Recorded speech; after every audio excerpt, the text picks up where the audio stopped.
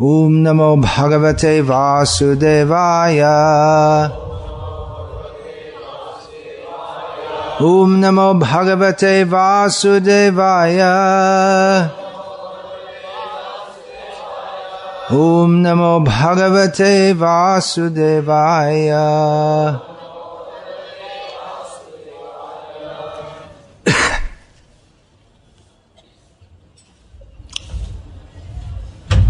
Thank you very much, Haripada Prabhu, and your Dharma Patni or Shakti for kindly being present. Hare Krishna.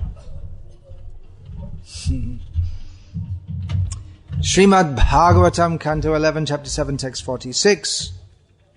Translation and commentary by disciples of His Divine Grace Srila A.C. Bhaktivedanta Swami Prabhupada.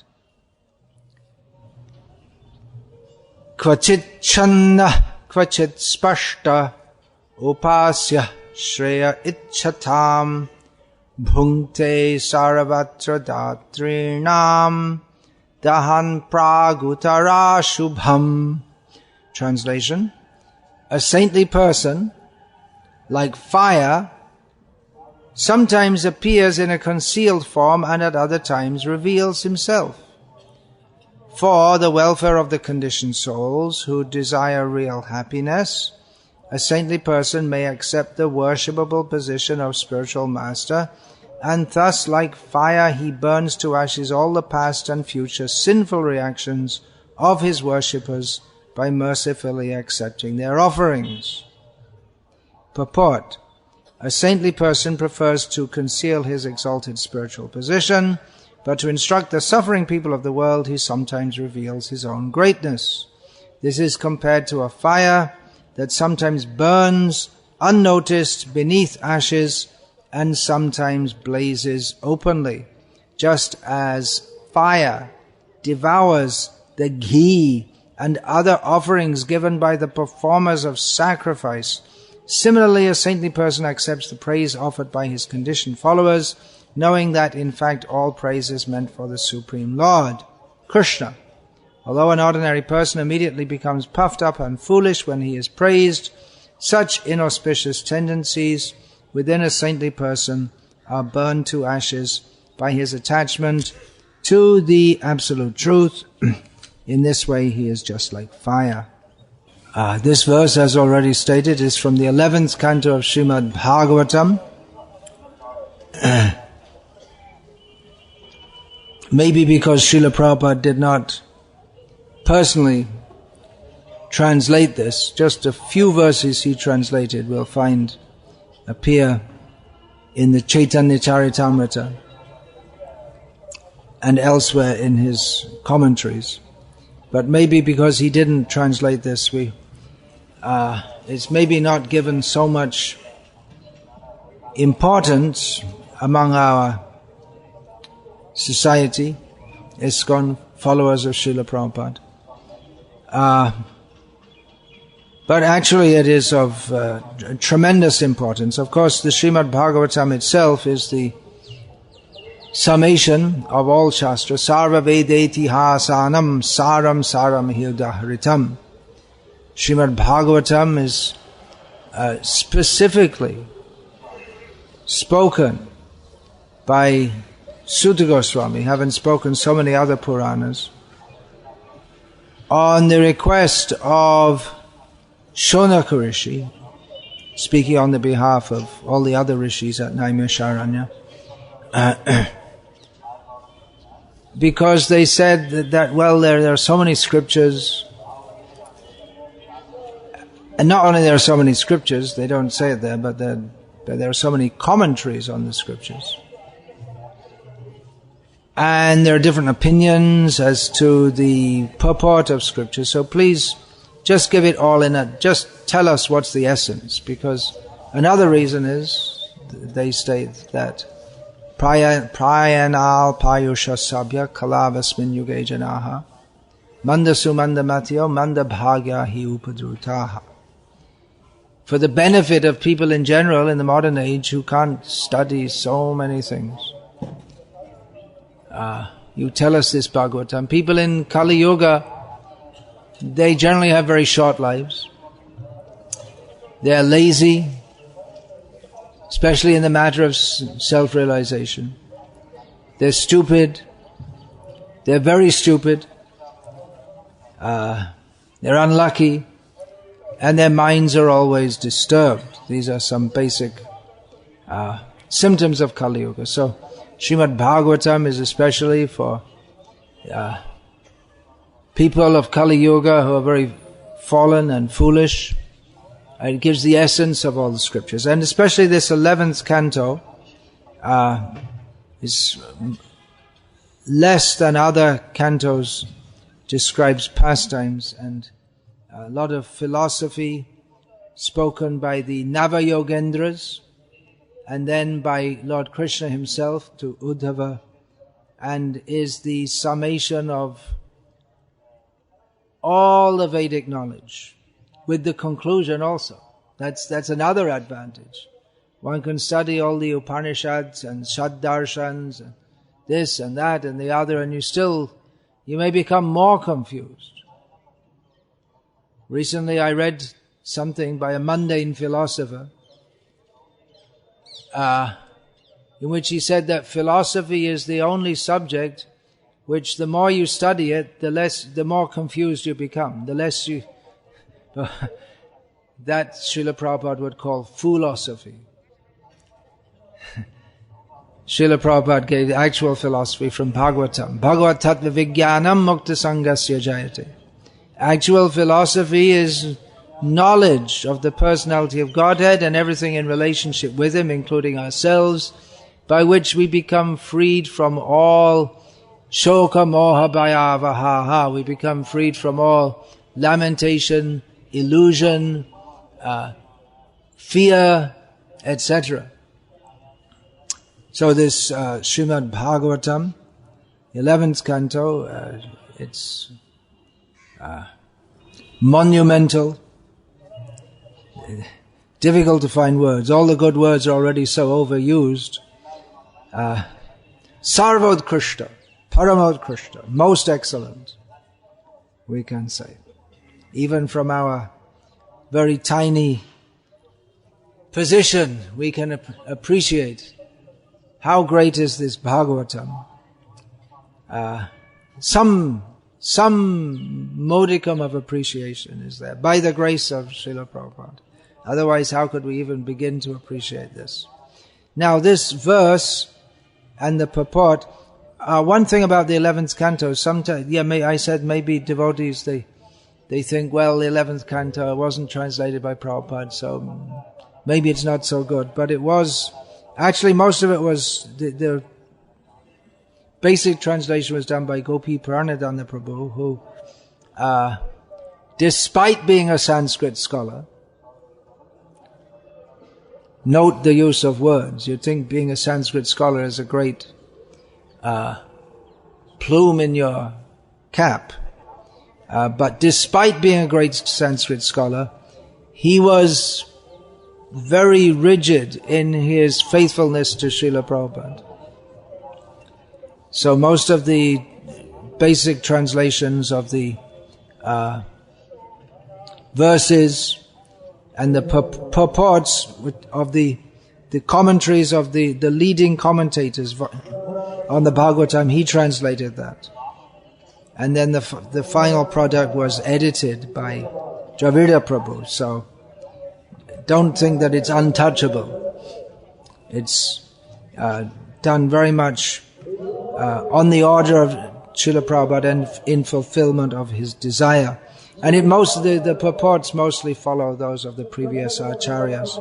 Now, if you were listening carefully, as I was reading the translation and purport, you might have noted that it's very suitable for recitation at a Vyasa Puja ceremony.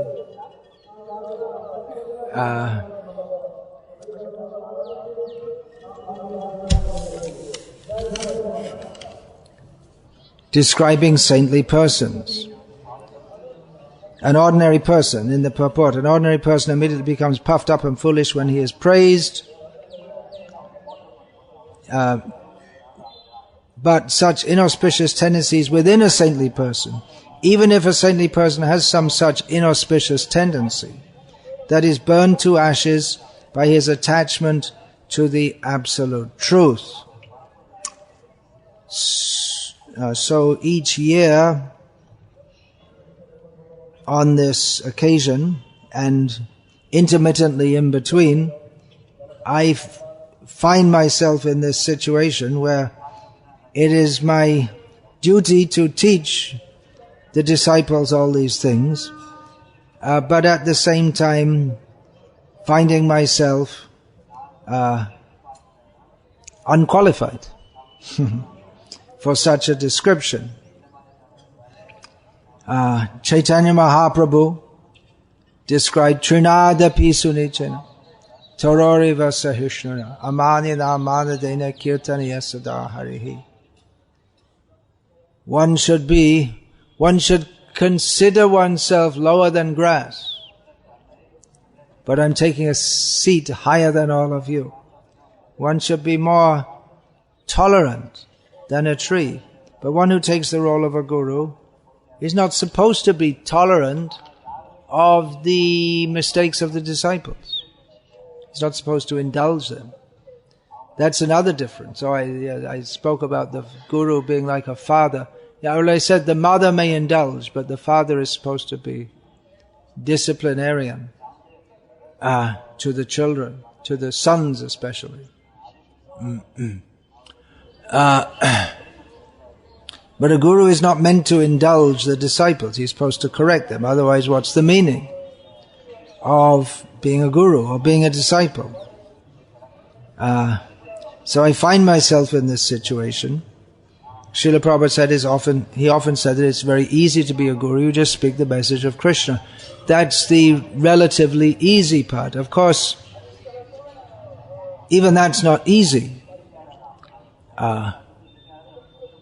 It becomes easy by the mercy of Srila Prabhupada. Otherwise, to speak on Krishna, that's a great privilege. There are many saintly persons in this land of India. Many come here. Generally, saintly people come to holy places like Somnath. Very pious people come. And they're often having an arrangement like this, a pandal with a few days program of bhajans and recitation from Shastra. It's not an unusual thing in Somnath. As in most holy places, especially in North India, it's a common thing that not only in the holy places, in the towns, the industrial towns, but especially in the holy places, gurus come, famous speakers come, they speak on Bhagavatam or Ramayana or whatever. So it's not an unusual thing here. But to speak about Krishna, especially in the manner of pure devotional service, we don't find that much outside of ISKCON, Srila Prabhupada's movement. It's not that ISKCON has a monopoly on pure devotional service. There are, of course, others, our cousins in the Gauriya Math, and a little bit further removed cousins in the various Vaishnav Sampradayas, especially up to the present day, the Madhva Sampradaya, at least some are following very strictly. And Sri Vaishnav Sampradaya, the different Sampradayas are there. But Srila Prabhupada gave us the impression of pure devotional service, free from all desires. It never fails to amaze me when I read Srila Prabhupada's books and I consider that these books are being distributed all over the world to people for whom such a conception is far, far above their ability even to imagine. It's so far above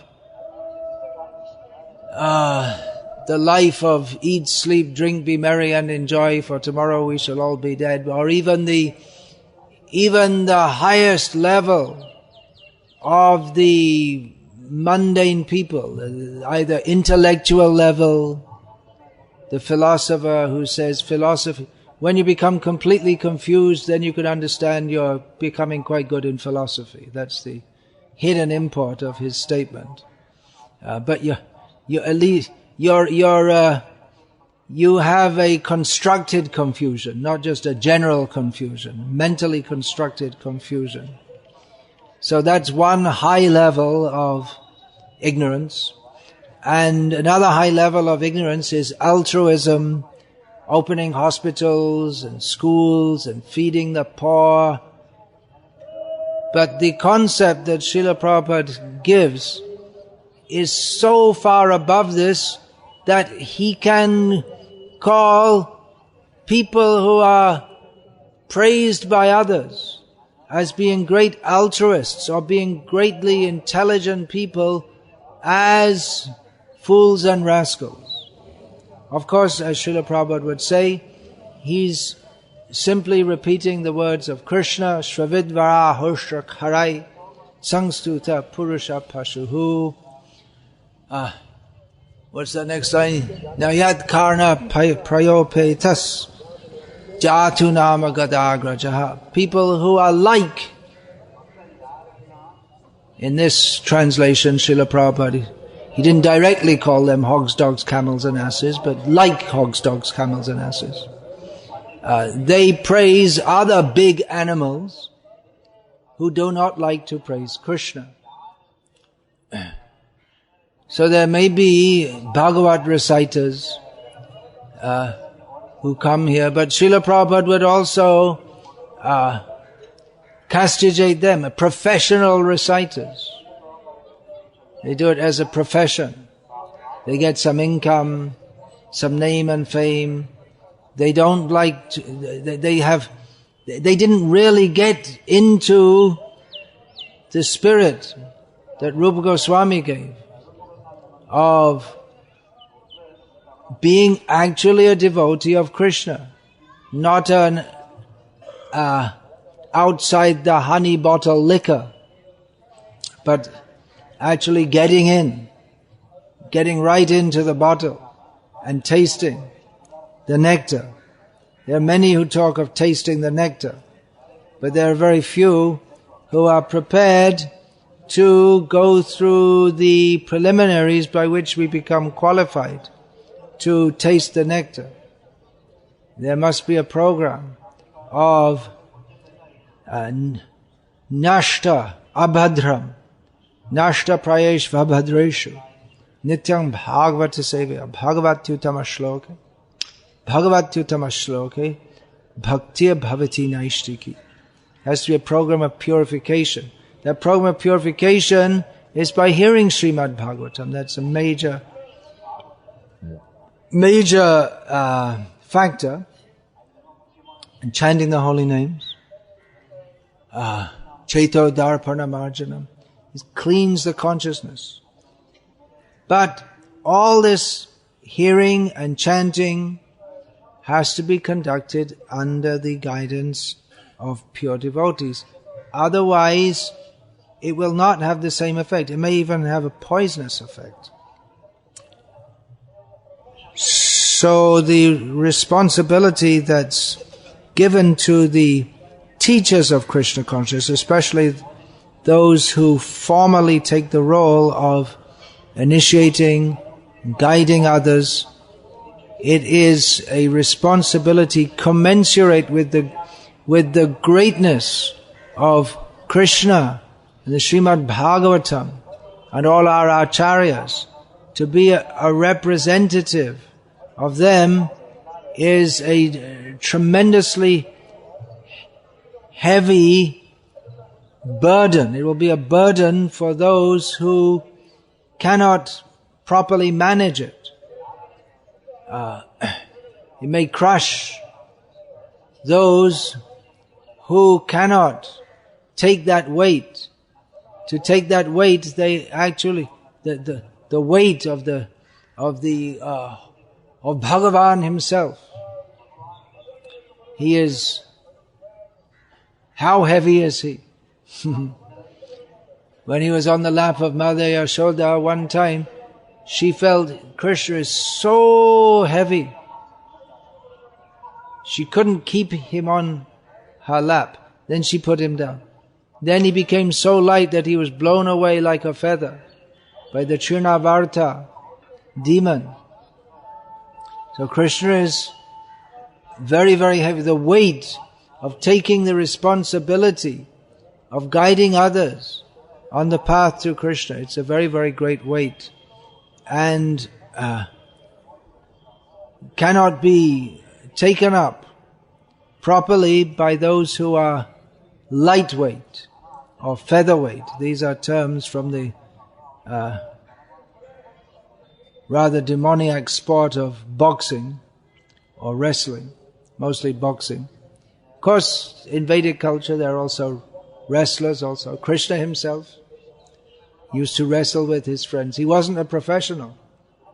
As when Krishna came to the sports arena erected by Kamsa, he was put to fight with Chanura. There was some protest. How can you put this professional heavyweight wrestler with a boy from a village? And Chanura said, no, we know you also wrestle in the village. And you're not just a little boy. We know, you know how to kill demons and everything. So, Krishna, even though a little boy, don't take him just as a little boy.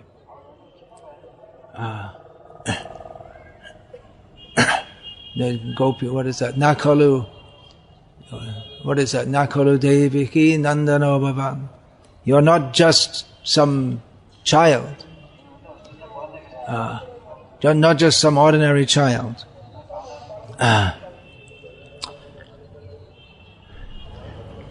So a very heavy position. It's a very heavy position for anyone. These initiation vows are to be taken. It's a very heavy vow, especially in a world where everyone is going in the opposite direction.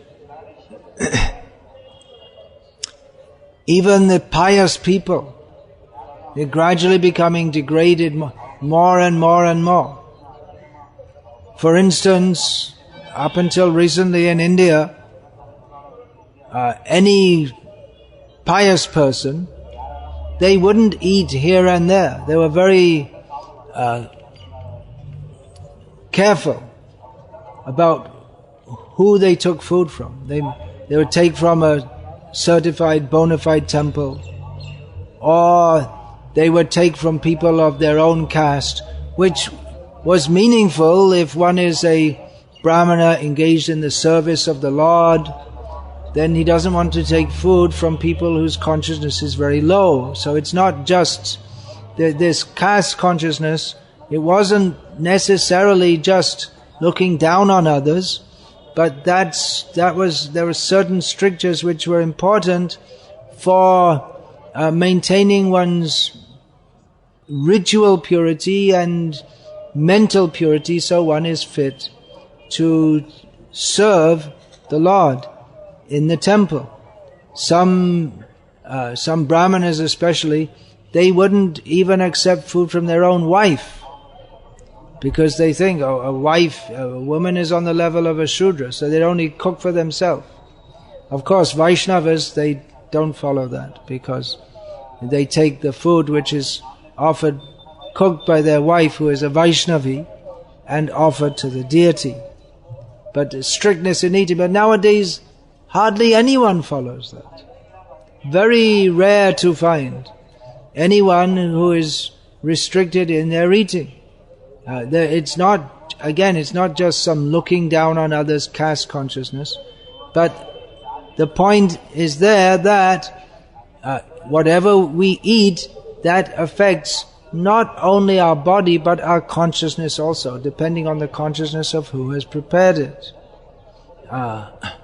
Vishayer anna kaile malin hoiman. Chaitanya Mahaprabhu warned that if we eat food offered by materialistic people or cooked by materialistic people, that will contaminate our consciousness. So this is just an example of how, just one among many, many examples of how people are becoming, even they may be pious in their general outlook, or they may have some inclination to Krishna consciousness, even now in India, much more than other countries. India, that means also Nepal, Bangladesh, the Hindus at least. But the general level of sadhachar is very low and becoming less and less. So to take even the initiation vows, it means one has to be prepared to accept many difficulties. People will get on your case. Why don't you eat with us? Who do you think you are? Some great person? For instance, that will come up. And then one has to rise early, daily, chant the holy names, find time for that. Then not watching, we have 4 regulative principles.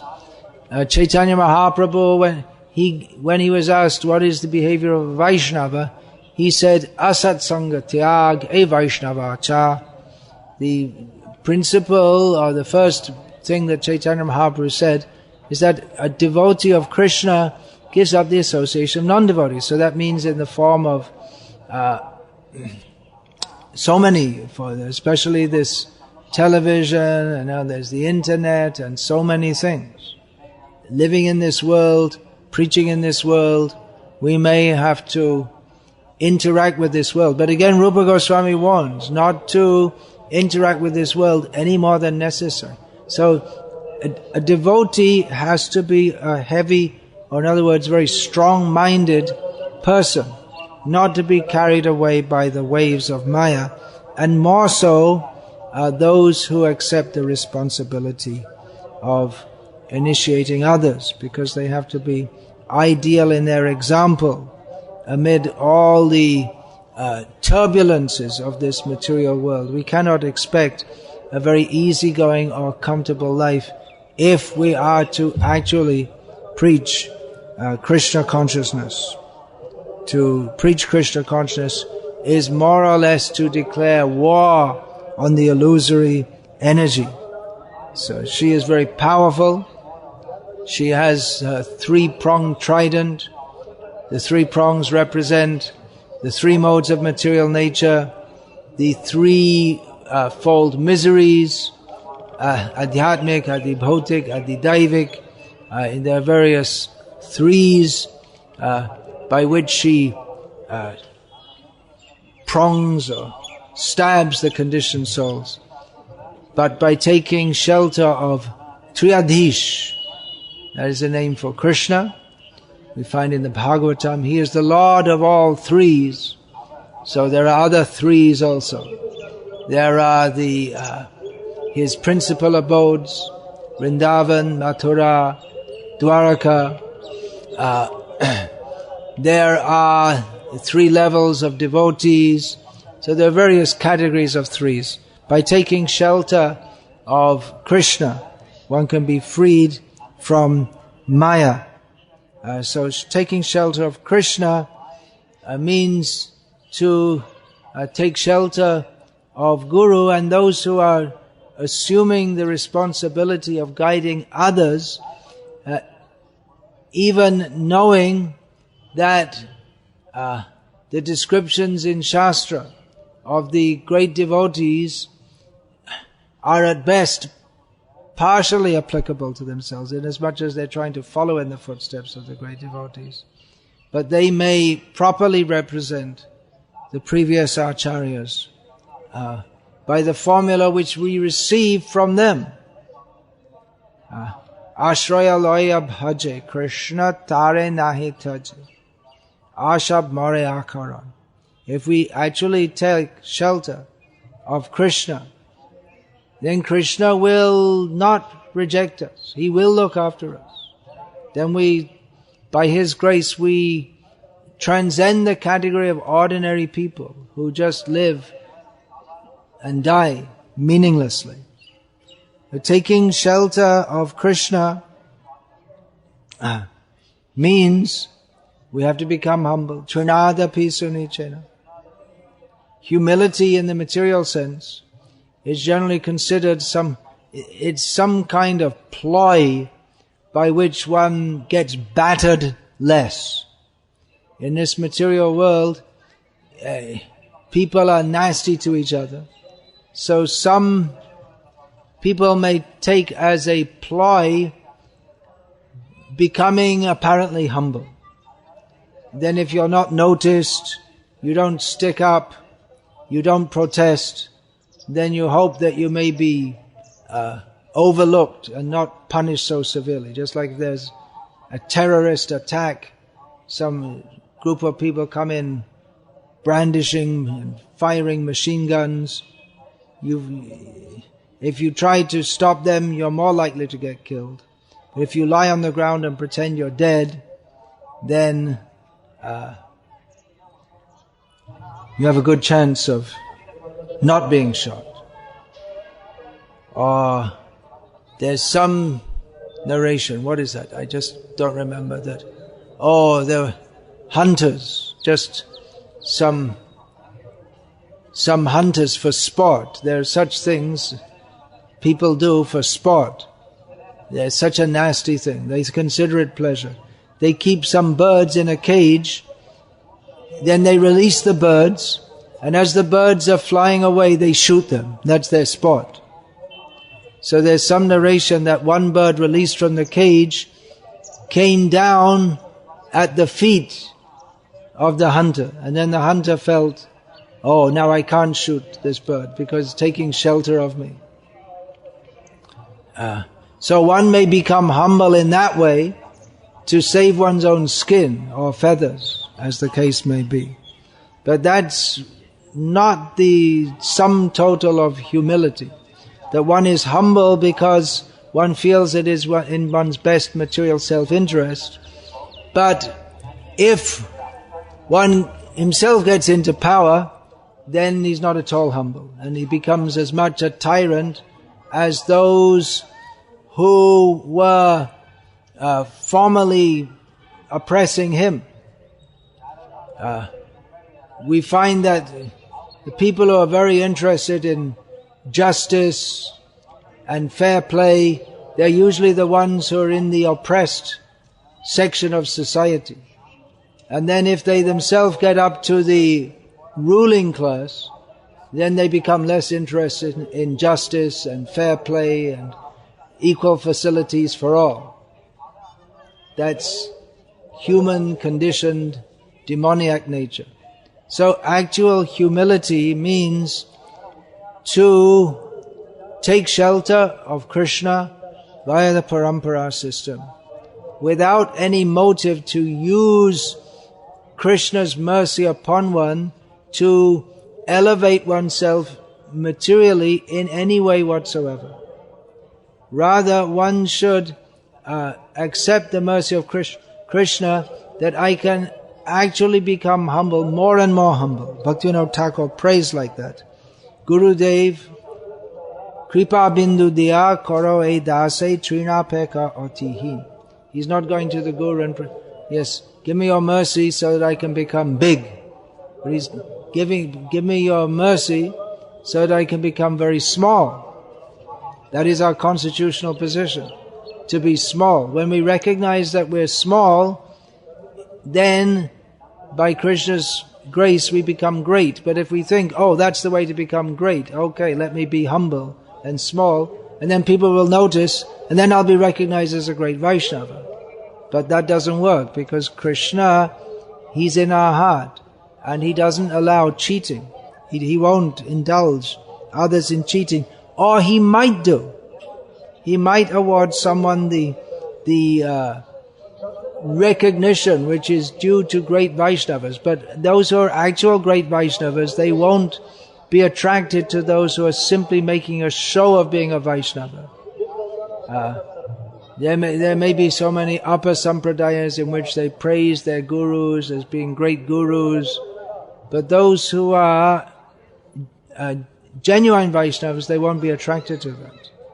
Krishna may give name, fame and glory to someone who wants that, but he won't give pure love of Krishna, neither to the so-called guru nor to the disciples. So Bhaktivinoda Thakur sings further, Shakala Shahane, Baladiya Karo, Nijamane Sprihahim. It's very simple language, but this prayer is worth praying. Give me the strength to tolerate everything and to be free from all material desires. People come to sadhus, or they go to temples or churches or whatever, and they pray, please solve my backache problem or something like this. No insult to those who have backache problems, but it's common in the modern age. But it's such a small, petty thing. To someone who has that backache, it can seem overwhelming. The pain, the discomfort, the inconvenience, it may take over, you may feel it's dominating your life. But one who has got actual, realized spiritual knowledge knows that it's nothing actually to do with me. It's just some inconvenience presented by Maya. So one who has got the mercy of Guru and Krishna, he can live like this. Becomes a great personality. One becomes a great personality not by becoming a very fit sportsman who can win the Olympic race, but by, nor either by neglecting the body so that it becomes racked with myriad diseases, but just living in this world, accepting whatever the world will throw at us, and keeping faith in Krishna. Shakale shaman, karite shakati, deho nata jata jata. Bhaktivinoda Thakur prays for the strength to respect everyone according to their position. It's not that. Although Srila Prabhupada sometimes says that a Vaishnava offers respect to all living entities. It's not that we go bowing down to the ants and the flies, but we do respect their, what in modern parlance we will call the right to life. We do respect that they're jivas, they're not simply some conglomeration of matter which is fit to be squashed. So respect is there. One should learn how to respect according to the level. Now that's a very great trait also, to be able to respect others.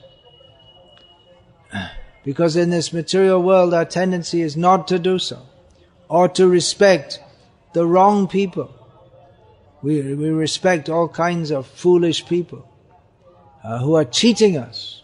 The more people cheat us, the more we respect them. So one should know who is to be respected.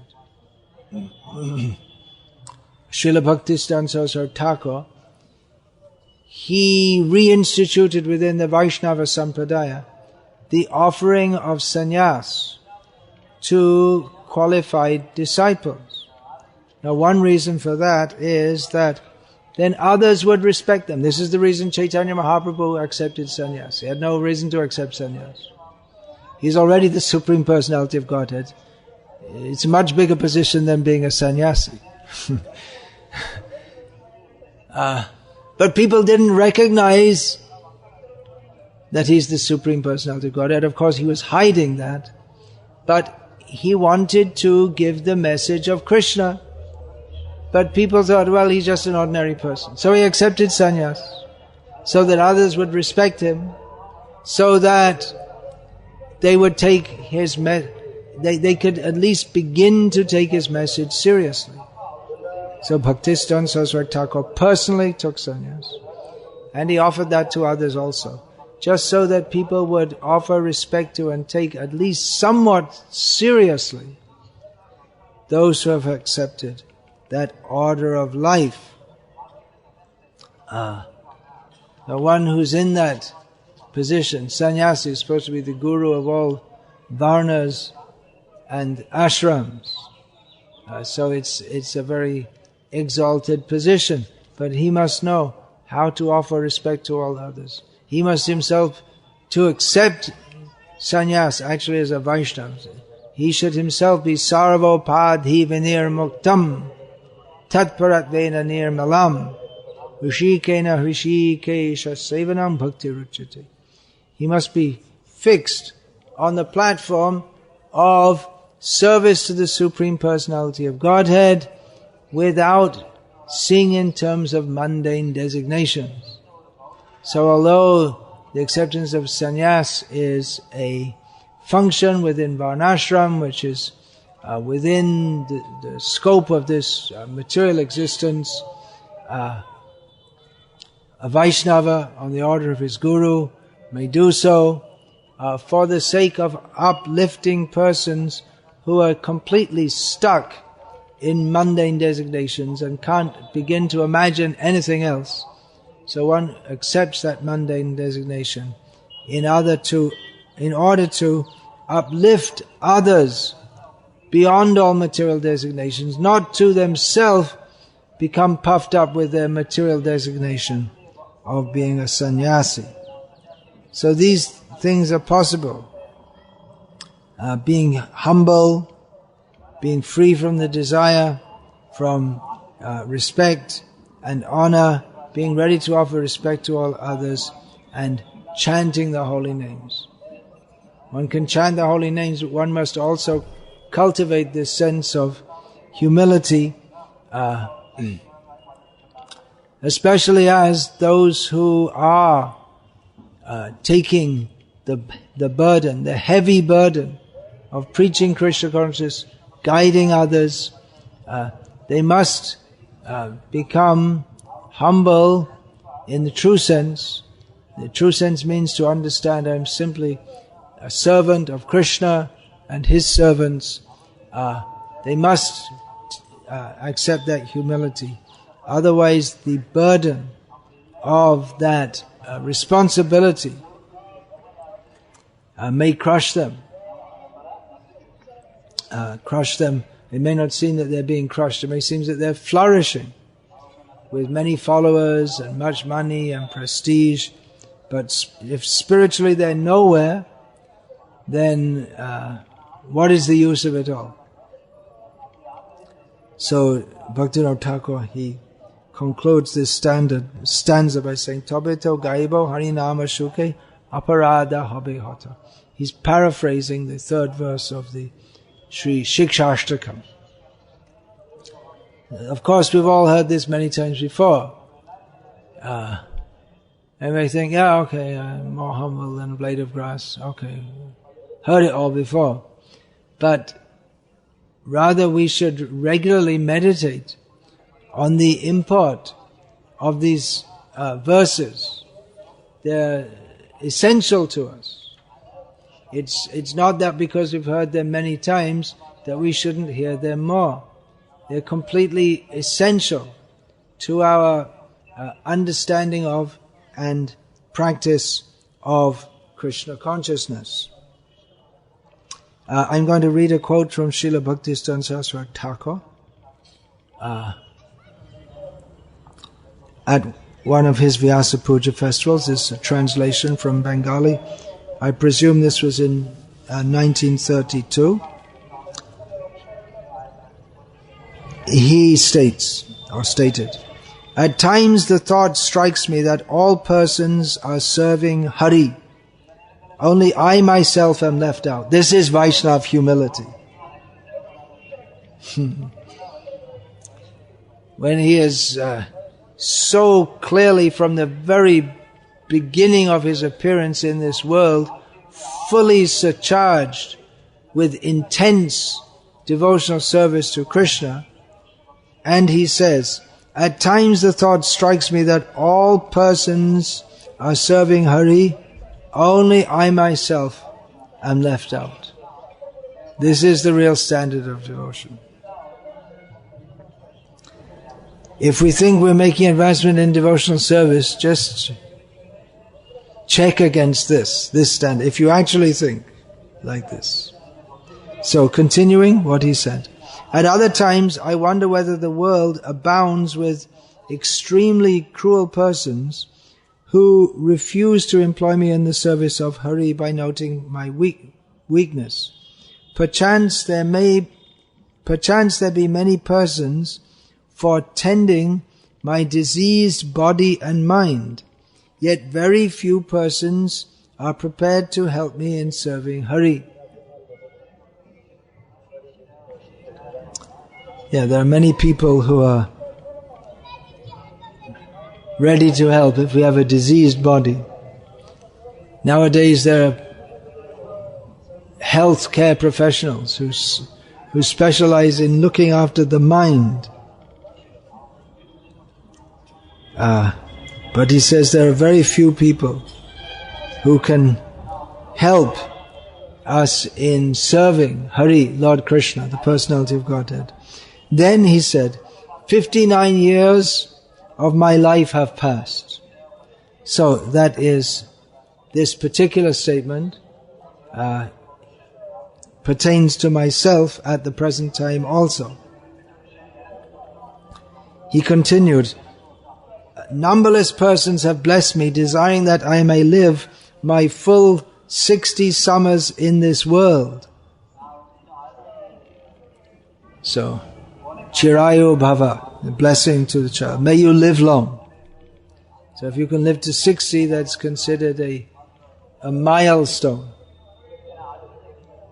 But, he said, continuing Bhakti Stan Saraswati, what he said, but I have not been able to serve Hari.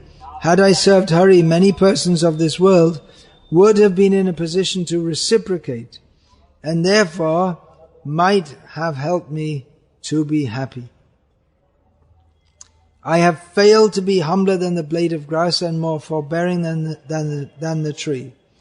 I am not able to chant the name of Hari 24 hours out of the 24. I have wasted a good deal of time for resting myself.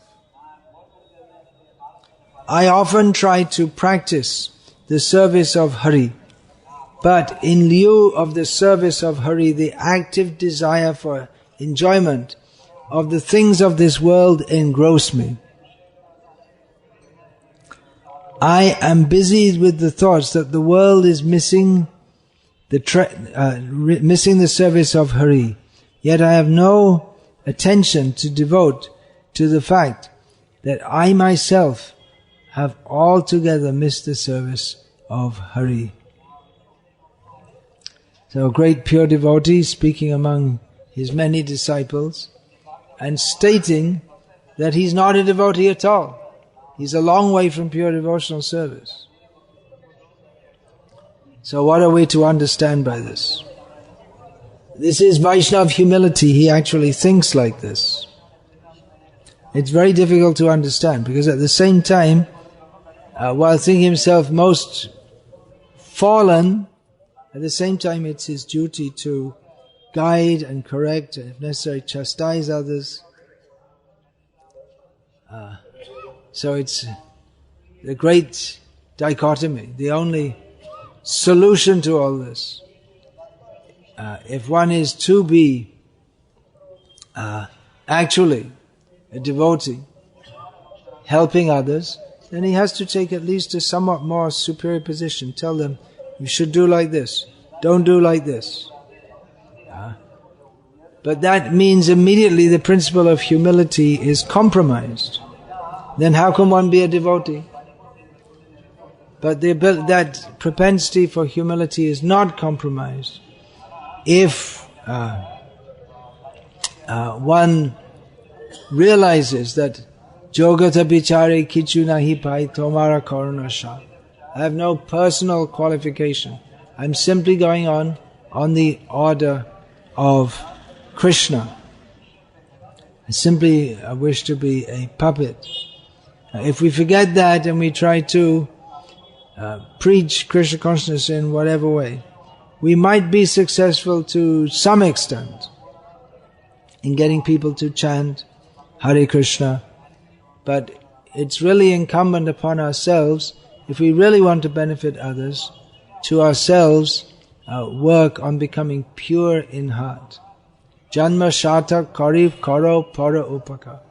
One should first, Chaitanya Mahaprabhu said, make one's life successful and then work for the uplift of others. Bhaktistan Saraswati Thakur, our own Srila A.C. Bhaktivedanta Swami Prabhupada, they have in recent times shown in this world what it means to be a devotee of Krishna. To be a devotee is not very easy. In some ways very easy. To put on tilak and have some beads and make the sound of the holy names, that is relatively easy. But to actually surrender to Krishna fully, that requires great determination and great mercy from Krishna, that he will agree to help us. So in this festival, it's meant for the glorification of the spiritual master. It's a very grand festival being organized every year. It's getting bigger and bigger every year. I can simply request all of you. In the last couple of years I've been speaking about some of the causes of discontent of myself, about some of my disciples. So I must state that I'm very happy to be. There may be some difficult cases, this, that, some make mistakes, this, that, but I'm basically very happy and feel myself blessed by Krishna to have so many nice disciples. Recently I read one of my godbrothers from England. We in the 1970s, when I joined the movement, so many times I was on the Sankirtan parties. That means the going out in the streets, mostly of London, and chanting the holy names of Krishna. So I read a very nice statement of his that he prays that when it comes time for him to leave this world, he prays that he may do so on the Sankirtan party, the Harinam party with all the devotees. I was just thinking yesterday that, well, it's not really, Krishna can take us any time, and it's not really time. I have various services to do. Of course, yeah, Krishna may take us any time. I can't say that, well, I have this service to do, that Krishna can take us any time. But if I have to go, of course I have to go. But what a glorious way to go if anyone has to leave this world out in the public chanting Hare Krishna ecstatically with so many devotees. That what could be a better way to leave this world? So if you want to pray to Krishna that you can how to leave this world, of course one is supposed to just take Krishna's whatever he likes.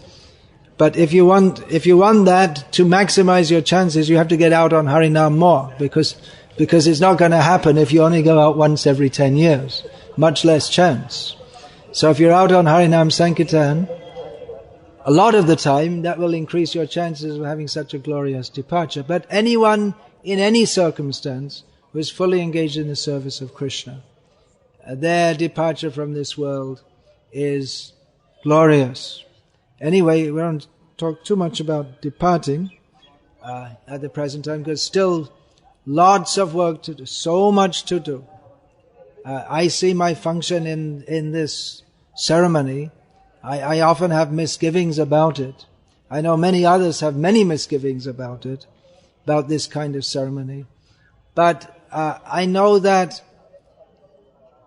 my being here in this role, not only on this day, but throughout the year and throughout the years, can help to inspire you and motivate you to, each one of you individually, to make further advancement in Krishna consciousness, to further dedicate yourself to the Sankirtan mission of Chaitanya Mahaprabhu as received through Srila Prabhupada, to perform all your services. So in that way, despite my disqualifications, because this qualification, I simply try to encourage you to all continue serving in the mission of Srila Prabhupada. Therefore, this ceremony should go on, and according to Krishna's plan, I hope to be able to go on encouraging you all in this way for some time more. And in course of time, many of you will also be in this situation. Some of you are already, to some extent, in that situation, recognized as spiritual leaders. It's your responsibility to guide others, de facto gurus, if you like. Heavy situation. Chaitanya Mahaprabhu said, Sanyashira alpa chidra, sarva loke gai. The slight fault of a sannyasi is broadcast everywhere, by everyone. So it puts one in a position of great responsibility, but seeing the opportunity to encourage others, see others come up, to see disciples develop and themselves become mature, responsible, dedicated devotees, relishing the taste of the holy name, Srimad Bhagavata Saratam Ashvada Rasikaisaha, relishing the topics of Srimad Bhagavatam and actually becoming devotees. So that, seeing that is very pleasing. It's worth going through all of course I shouldn't think, do I like to do this or do I not like to do this? Do I like to be a guru, not be a guru? It's a service. There's no question of liking it or disliking it. It's a service that we have to perform. But still, despite the various difficulties and sometimes disappointments of disciples who we expect to act on a better level but don't, but still seeing those devotees who are coming up, going up, helping others to come up, actually relishing Krishna consciousness, that is very gratifying. I will just mention briefly now, as devotees often ask me, so to save having to say it many times, what book or books am I presently working on? The main book that I'm working on at the present time will be titled The Mood and Mission of Srila Prabhupada. It's something I've been working on for a long time, and I actually hope to have it ready now, but as usual my timeline gets pushed back for one reason or another, so hope to have that book ready sooner rather than later. Within the next few months it should be published, and I think in many ways this will be my most important book to date. So Hare Krishna, thank you all very much for coming, organizing this, engaging in various services, arranging accommodations, cooking, serving, Rangoli, chanting Hare Krishna, throughout the year, distributing books, chanting the holy names, looking after your children in Krishna consciousness. Thank you, thank you, thank you. Hare Krishna. And thank you, Haripada Prabhu and Mataji, for coming. Hare Krishna.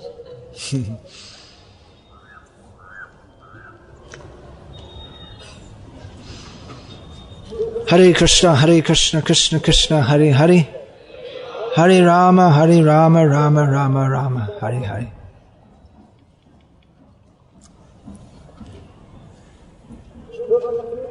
So please excuse me, I have still many beads to chant on for tomorrow. Bags of beads.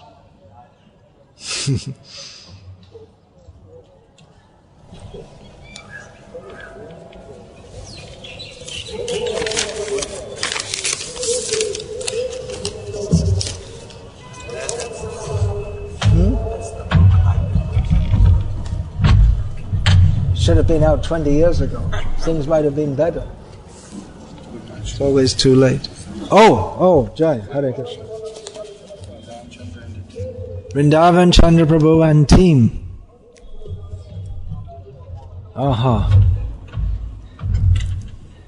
Well, yesterday I said my latest book is Women, Masters and Mothers. That's no longer true. Because there's another one. It's Lekhamala, a garland of writings. This is a compilation of various writings by myself over the years, which have not been published within a book. Then this is Bharatiya Yuvakanang Sandesh. That's the message. No, it's not Gujarati, it's Marathi. Message to the youth of India with youthful Dwarkadish on the cover. First time. This is Hindi. Vangshidas Babaji. Sri Vangshidas Babaji. Hindi mein upalabdh hai. Pahli baar. Then only available in packs of 5.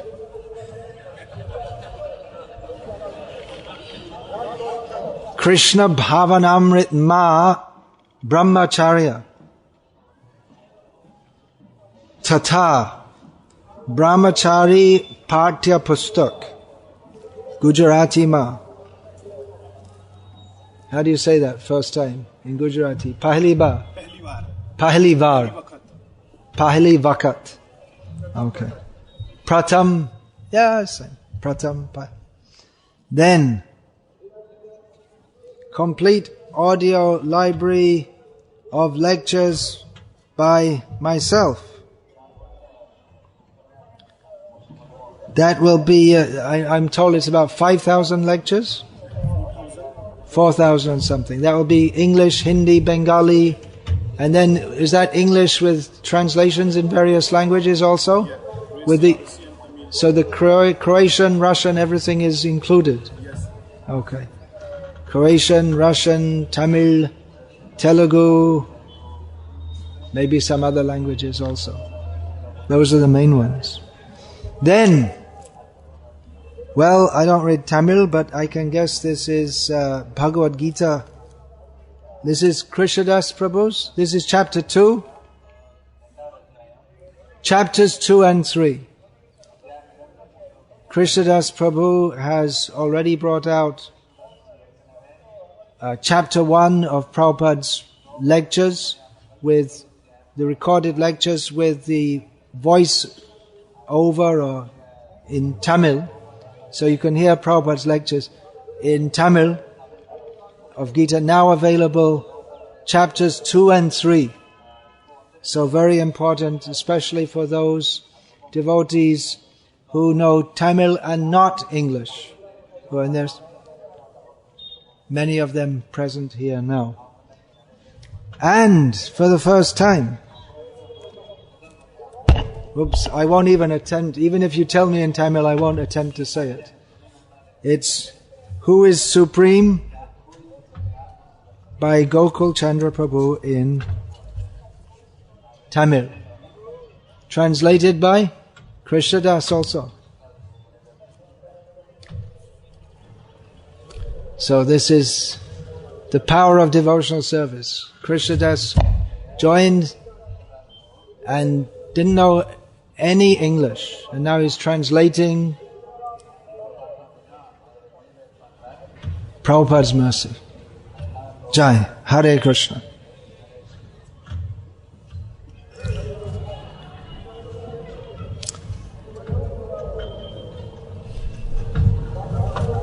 Hare Krishna. So please excuse me for some time. I have to go away and do some serious Harinam chanting. Yeah? And I don't know what you're all doing, but you can do it. Hare Krishna. What? For the first time from Nandaram, the first clock has been born. Bhakti Srinivas and his father-in-law. Now I should offer this. Is it not? Is this offered? Born in Nandaram community. What was that first? What? Child or? Kapda. Oh. Oh. Very good. Oh.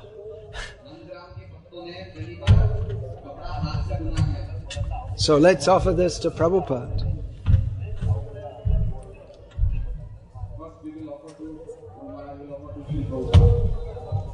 Jai. And the books also? Which books are to be offered? All of them. Okay. So Gokul Chandra and Krishnadas, you should also come. Offer your books to Prabhupada.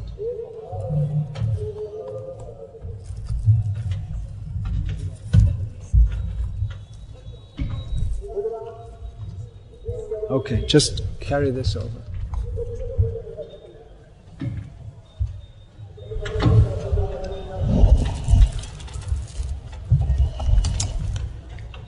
Srila Prabhupada, he wrote the conclusion to the Chaitanya Charitamrita, concluding words when he'd finished the translation. And in that he said that although His Divine Grace, Srila Bhaktisiddhanta Saraswati Thakur, is not present in the world at the present time, had he been, this would have been an occasion of great rejoicing. In other words, and he started his Chaitanya Charitamrita commentary with invoking the blessings, following Krishnadas Kaviraj Goswami, of his Guru and all the Gurus. And he concluded it by saying that this, certainly my spiritual master, although he's not present here, he would be greatly pleased with this. So although Srila Prabhupada is not personally present in the world as he was until 1977, we can know that he will be very pleased with these literary offerings in pursuance of his own great literary offering for the uplift of the world.